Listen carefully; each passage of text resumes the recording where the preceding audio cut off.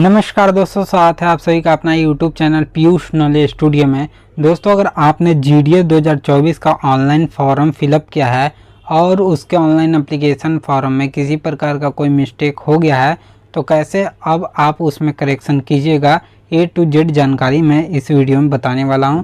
तो वीडियो को अंत तक ज़रूर देखिएगा और इसी तरह के लेटेस्ट अपडेट पाने के लिए चैनल को ज़रूर सब्सक्राइब कर दीजिएगा ताकि आपको हर एक अपडेट की जानकारी मिलते रहे।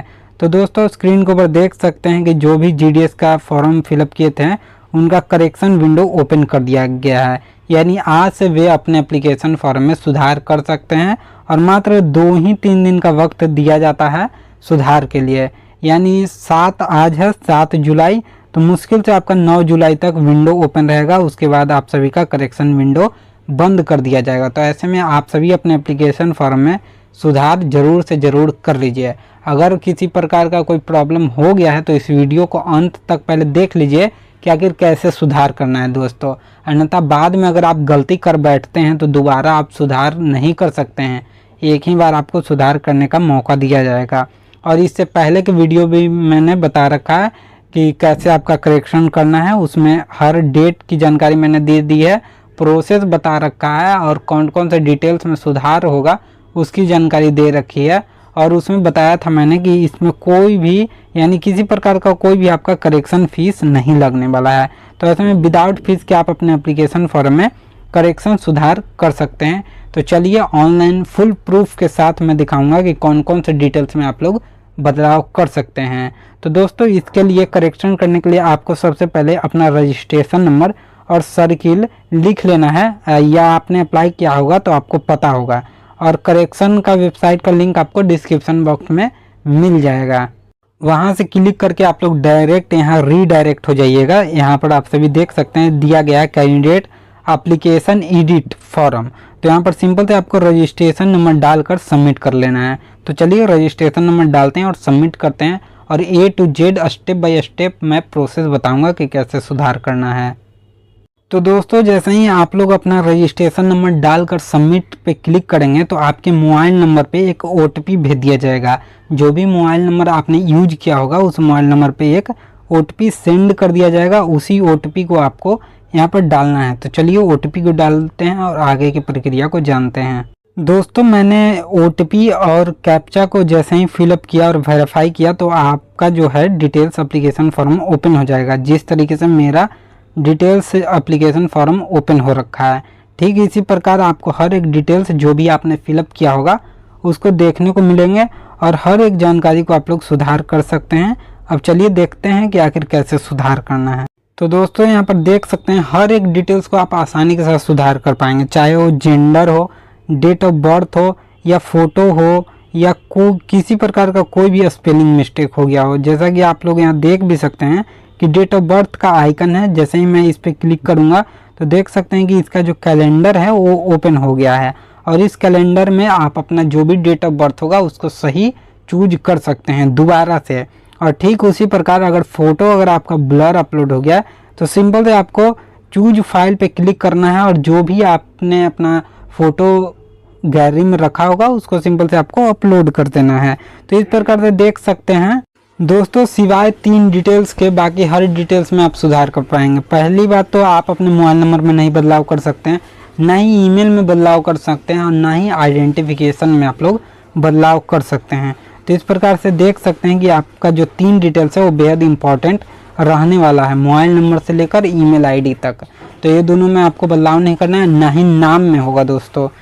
तो इस प्रकार से आप लोग अपना जो भी डिटेल्स है वो अपने अनुरूप यहाँ पर सुधार कर सकते हैं, भले ही आप आधार कार्ड की जगह और किसी आइडेंटिफिकेशन का नंबर ऐड कर सकते हैं। तो दोस्तों, जैसे ही आप लोग अपने एप्लीकेशन फॉर्म में करेक्शन कर लीजिएगा तो उसको एक बार ज़रूर से ज़रूर आपको प्रीव्यू कर लेना है। अगर आप प्रीव्यू कर लेते हैं तो दोबारा आपको करेक्शन करने की आवश्यकता नहीं रहेगी। ऐसे में त्रुटि की चांस बहुत ही कम हो जाती है।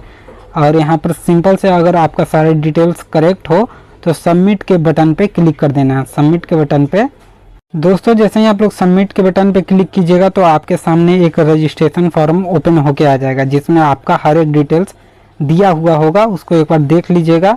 आपको प्रीव्यू नहीं भी करते हैं तो यहाँ पर आपको पहले शो हो जाएगा। तो आप लोग पहले देख लीजिएगा हर एक जानकारी को तभी आगे बढ़िएगा। अगर दोस्तों सारी जानकारी बिल्कुल करेक्ट रहती है तब आपको यहाँ पर टिक बॉक्स को क्लिक करके सबमिट करना होगा। यहाँ पर जो क्लियर बॉक्स है इस पर आपको सिंपल से क्लिक कर देना होगा। तो दोस्तों इस प्रकार से आप अपने रजिस्ट्रेशन फॉर्म में सुधार कर सकते हैं। अब देखिए दोस्तों एप्लीकेशन फॉर्म में, यानी अगर आपका मार्क्स में किसी प्रकार का कोई प्रॉब्लम हो गया है या एड्रेस गलत आपने दे दिया है तो कैसे आप लोग सुधार कीजिएगा, उसकी भी जानकारी आगे मैं बताऊंगा।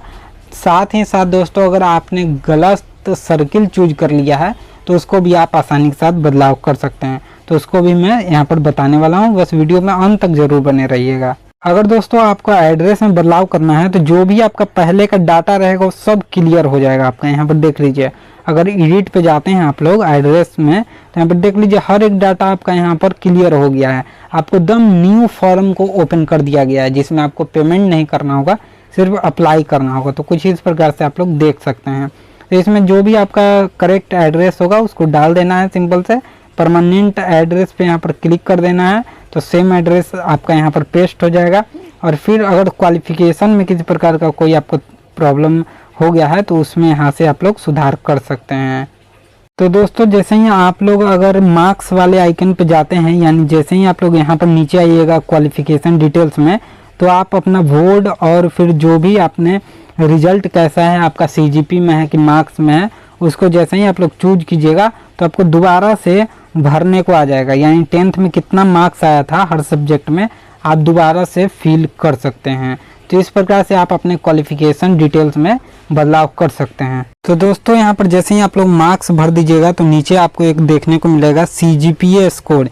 तो अगर आपके सर्टिफिकेट में CGPA स्कोर दिया होगा तभी आप यहाँ भरिएगा, अन्यथा इसको छोड़ के आप लोग सेव एंड नेक्स्ट पे क्लिक कर दीजिएगा। दोस्तों अब आप लोग यहाँ देख सकते हैं कि रजिस्ट्रेशन कंप्लीट हो गया, यानी रजिस्ट्रेशन में सुधार कर लिए, एप्लीकेशन में सुधार कर लिए।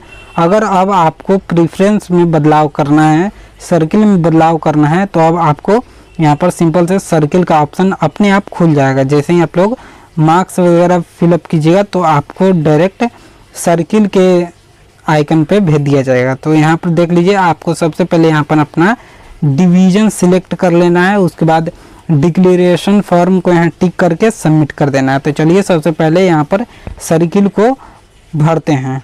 अब दोस्तों अब आप लोग जान लीजिए कि पोस्ट प्रेफरेंस कैसे भरना है। इसमें बहुत ही आपको सावधानी पूर्वक पोस्ट प्रेफरेंस को भरना है, अन्यथा गलत होने पे आपका सिलेक्शन रुक जाएगा। तो ऐसे में आप सभी को ध्यान देना है पहले कि आखिर इस सूची में कौन कौन से डिवीज़न और कितने डिवीज़न शामिल किए गए हैं। तो देख सकते हैं पहला पेज में 10 डिवीज़न है और दूसरा पेज में यहाँ पर देख सकते हैं दिया गया है। दूसरा पेज को आप लोग जैसे ही ओपन कीजिए उसमें जितना भी यहाँ पर डिवीज़न होगा वो यहाँ पर शो कर देगा। देख लीजिए मेरा सबसे पहले मैंने पहला में आप सभी को बताया कि 10 डिवीज़न है और दूसरा में देख लीजिए कि यहाँ पर टोटल 14 दिया गया है, यानी टोटल डिवीज़न की जो संख्या है वो 14 है।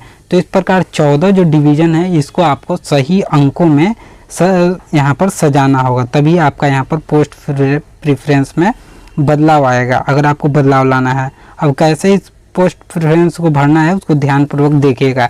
जैसे मान लीजिए पहला पोस्ट प्रेफरेंस में हमको दिया गया है GDS का ABPM जिसका सैलरी होगा 10,000। अगर मान लीजिए हमको ये पोस्ट को पहला नंबर पर रखना है तो इसमें सिंपल से हमको पहला फिल कर देना है। अगर मान लीजिए इसी पोस्ट को अगर हमको दूसरा पे रखना है तो इसको सिंपल से हम दूसरा पे क्लिक कर देंगे तो ये दूसरा प्रेफरेंस मेरा हो जाएगा। अगर नीचे आते हैं जैसे ही तो आप लोग को पता होगा कि यहाँ पर BPM का जो सैलरी होता है वो 12,000 होता है। अगर हमको मान लीजिए 8 नंबर वाले को यहाँ पर पहला पोस्ट पे देना है मान्यता, तो हम इसमें सिंपल से फर्स्ट भर देंगे तो इसका जो मान्यता होगा वो पहला हो जाएगा, यानी मेरे फॉर्म में सबसे पहले इसी पे आएगा।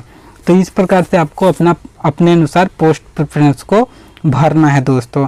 तो यहाँ पर लिस्ट तो दे दिया गया, आप कितने नंबर पे रखते हैं वो आप पे डिपेंड करता है। अगर मान लीजिए कि 7 नंबर वाले को हमको रखना है 5 नंबर स्थान पे तो हम इसको अपने अनुसार फिल करते हैं। तो इस प्रकार से आपको यहाँ पर पोस्ट प्रेफरेंस को भरना है। तो दोस्तों इस प्रकार जैसे ही आप लोग पोस्ट प्रेफरेंस को सही भर देंगे तो नीचे आप लोग जैसे ही आइएगा तो यहाँ पर आपको डिवीज़न सिलेक्ट करने को मिलेगा। तो आपको सिंपल से डिवीजन सिलेक्ट कर लेना है और डिक्लेरेशन को यहाँ पर टिक करके आगे बढ़ जाना है। अब दोस्तों यहाँ देख लीजिए कि मैंने हर एक जानकारी को सफलतापूर्वक और सही तरीके से भर दिया है। तो इस प्रकार यहाँ पर लिखाया आ रहा है एप्लीकेशन सबमिटेड सक्सेसफुली, यानी करेक्शन हो गया है।